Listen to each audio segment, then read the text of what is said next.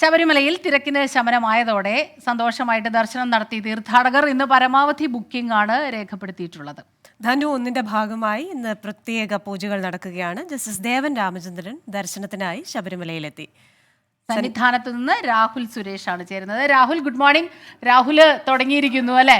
അശ്വിൻ പാലാഴി ഇറങ്ങി, ഇപ്പോൾ രാഹുൽ കയറി. സന്തോഷമായിട്ട് തന്നെ റിപ്പോർട്ട് ചെയ്യാൻ പറ്റുന്നുണ്ട് എന്ന് വിചാരിക്കുന്നു. കാരണം തിരക്കിനൊക്കെ ചെറിയ രീതിയിലൊരു ശമനമായിരിക്കുന്നു. ഇന്നിപ്പോൾ ജസ്റ്റിസ് എത്തി എന്നുള്ളത് ഒരു സന്തോഷകരമായ കാര്യം കൂടിയാണ് അല്ലേ? എങ്ങനെയുണ്ട് തിരക്ക്?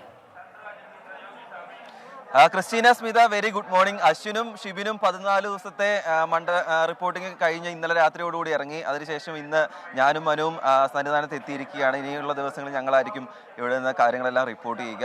തിരക്കിനെ സംബന്ധിച്ചാണെങ്കിൽ മണ്ഡലകാലത്തെ വൃശ്ചിക മാസം കഴിഞ്ഞ് ധനുമാസത്തിലേക്ക് കടന്നിരിക്കുകയാണ്. ഇന്ന് ധനു 1 വലിയ തിരക്ക് പ്രതീക്ഷയാണ്. പക്ഷേ അതിന് വലിയ തിരക്ക് ഇന്ന് സന്നിധാനത്തില്ല എന്നതാണ് ഏറ്റവും പ്രധാനപ്പെട്ട കാര്യം. ഇന്ന് ഞായറാഴ്ച ദിവസം കൂടിയാണ്.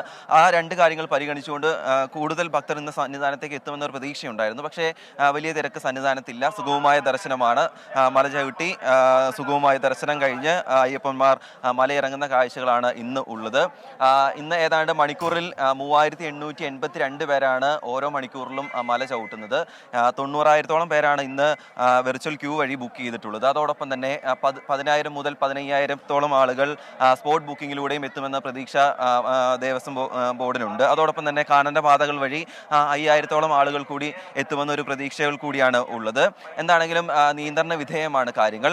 ഇപ്പോൾ ദേവസ്വം ബോർഡ് പ്രസിഡന്റ് കൂടി നമ്മളോടൊപ്പം ചെയ്യുന്നുണ്ട്. ഇന്ന് വലിയ തിരക്ക് നമ്മൾ പ്രതീക്ഷയാണ്, പക്ഷേ കാര്യമായ തിരക്കില്ലെല്ലാം നിയന്ത്രണ വിധേയമാണല്ലേ? കാര്യങ്ങളൊക്കെ നിയന്ത്രണ വിധേയമാണ്. കാരണം നമ്മൾ തിരക്ക് കൂടിയാൽ തിരക്ക് നിയന്ത്രിക്കുന്നതിന് വേണ്ടിയിട്ടുള്ള നടപടിക്രമങ്ങളൊക്കെ നേരത്തെ തന്നെ കൈക്കൊണ്ടിരുന്നു, കുറച്ചുകൂടി ഊർജിതമാക്കി.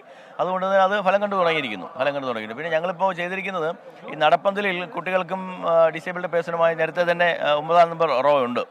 പക്ഷേ ഇങ്ങോട്ട് കയറി വരുമ്പോൾ 18-ാം പടി കയറി പിന്നെ പോലീസുകാർ തന്നെ കുട്ടികളെ സംരക്ഷിച്ച് കൊണ്ട് ഒരു പ്രത്യേക ക്യൂ ആക്കി, അമ്മമാരെയും കുട്ടികൾക്കും ഒരു പ്രത്യേക ക്യൂ ആക്കി ഭഗവാന്റെ മുന്നിൽ കൂടി ദർശനം കൊടുക്കുന്നതിന് വേണ്ടിയിട്ടുള്ള ഒരു സൗകര്യം ഇപ്പോൾ നമ്മൾ ഒരുക്കിയിട്ടുണ്ട്. ഇന്ന് മുതൽ അത് പ്രാവർത്തികമാക്കി നടപ്പിലാക്കും.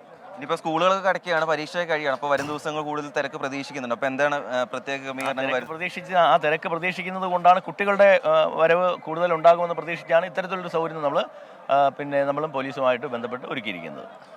ഒരു കാര്യം കൂടി, ഈ സംസ്ഥാനത്ത് ഈ കോവിഡ് കേസുകളൊക്കെ ഇപ്പോൾ വീണ്ടും റിപ്പോർട്ട് ചെയ്യുന്ന ഒരു സാഹചര്യമുണ്ട്. അപ്പോൾ ഈ സന്നിധാനത്ത് അതിൻ്റെ എന്തെങ്കിലും ക്രമീകരണങ്ങൾ വേണ്ടി വരുന്ന ഒരു സാഹചര്യം നിലവിലുണ്ടോ? സന്നിധാനത്ത് മുൻ വർഷങ്ങളെക്കാൾ കൂടുതൽ ആരോഗ്യ പ്രവർത്തകരുണ്ട്.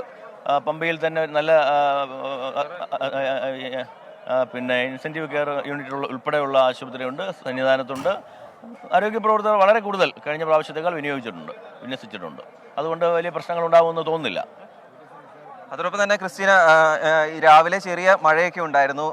ദൃശ്യങ്ങൾ കാണുന്ന പോലെ തന്നെ മേഘം മൂടിയൊരു കാലാവസ്ഥ കൂടിയാണ്. പക്ഷേ അതിനെല്ലാം മറികടന്നുകൊണ്ട് ആളുകൾ ദർശനത്തിനായി ഇവിടെ എത്തുന്നു എന്നതാണ് ഏറ്റവും പ്രധാനപ്പെട്ട കാര്യം. എന്താണെങ്കിലും നിലവിൽ എല്ലാം നിയന്ത്രണ വിധേയമാണ് കാര്യങ്ങൾ. സ്മിത, ക്രിസ്റ്റീന.